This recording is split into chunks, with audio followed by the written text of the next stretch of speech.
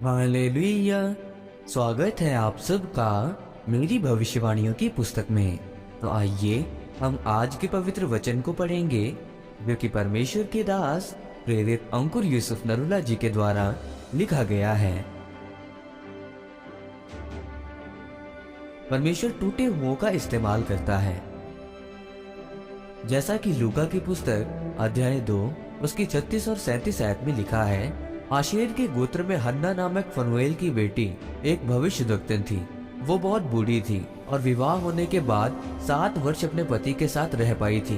वो 84 वर्ष से विधवा थी और मंदिर को नहीं छोड़ती थी, पर उपवास और प्रार्थना कर करके रात दिन उपासना किया करती थी। मेरे प्रियो, जब एक औरत का पति मर जाए तो वो टूट जाती है। आशेर के गोत्र में से अन्ना नामक फनुएल की बेटी एक भविष्यद्वक्तन थी। वो एक परमेश्वर की जन थी। वो कोई अविश्वासी नहीं थी और उसका पति मर चुका था और वो 84 वर्ष से विधवा थी। फिर उसने फैसला लिया कि मैं परमेश्वर के घर में जाऊंगी, उपवास और प्रार्थना करूंगी। बाइबल कहती है कि जब उसने वचन पढ़ा तो उसको एक पवित्र आत्मा के द्वारा आत्मिक काम मिल गया। जो वायदा वचन में लिखा है कि वो अपने मसीह को भेजेगा और वो मसीह आएगा और इजराइल को छुड़ाएगा। लेकिन उस मसीह को आने के लिए प्रार्थना की जरूरत थी। अब उस औरत ने अपने टूटेपन को परमेश्वर को दिया और उस टूटेपन को परमेश्वर ने स्वीकार किया और उसे प्रार्थना करने के लिए इस्तेमाल किया। फिर जब प्रभु यीशु मसीह इस धरती पर आए थे तो उसे पता था कि उसकी प्रार्थना के द्वारा ये सब कुछ हुआ था। शमौन, जिसको यीशु मसीह के आने के बारे में मालूम था कि वो एक दिन आएगा, जब उसने बच्चा मरियम के हाथ में देखा तो उसने उसे पकड़ लिया और उस बच्चे को देखकर परमेश्वर का धन्यवाद किया, क्योंकि वो भी यीशु मसीह के आने के लिए प्रार्थना कर रहा था। वो एक बात को जानता था कि धरती पर अपने आप कुछ नहीं होता। धरती पर कुछ भी करने से पहले परमेश्वर आपकी प्रार्थनाओं को इस्तेमाल करता है।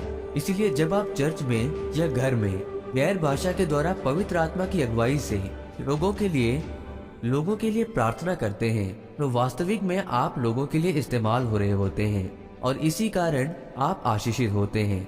अगर वो औरत टूट जाती और व्यभिचार में पड़ जाती तो परमेश्वर उसे इस्तेमाल ना कर पाता।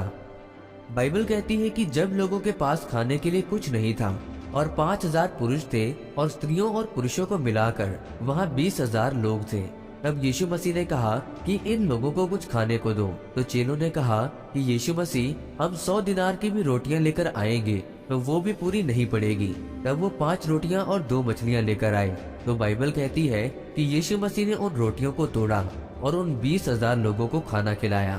तब वहाँ 12 टोकरियां फिर बच जाती हैं। यानी आपके जीवन में शैतान आपको तोड़ता है या परमेश्वर आपको तोड़ता है। जब शैतान आपको तोड़ता है तो आप परमेश्वर के पास जाते हैं, तो परमेश्वर आपकी टूटी जिंदगी को फिर बनाता है। और जब परमेश्वर आपको तोड़ता है आपके पवित्रताई वफादारी में चलने के बावजूद भी, तो फिर वो तोड़ना आपको बढ़ाने के लिए है और एक ऐसा सोता बनाने के लिए है जो हजारों और लाखों की प्यास को बुझाएगा। आमीन। आइए इस प्रार्थना को आप मेरे साथ एक मत होकर करें। सर्वशक्तिमान परमेश्वर, इस वचन के लिए मैं आपका धन्यवाद करता हूँ। परमेश्वर, मैं ये प्रार्थना करता हूँ कि अपने टूटेपन को मैं इस्तेमाल करूंगा और आपके कामों को करूंगा, प्रभु यीशु मसीह के नाम में, आमीन।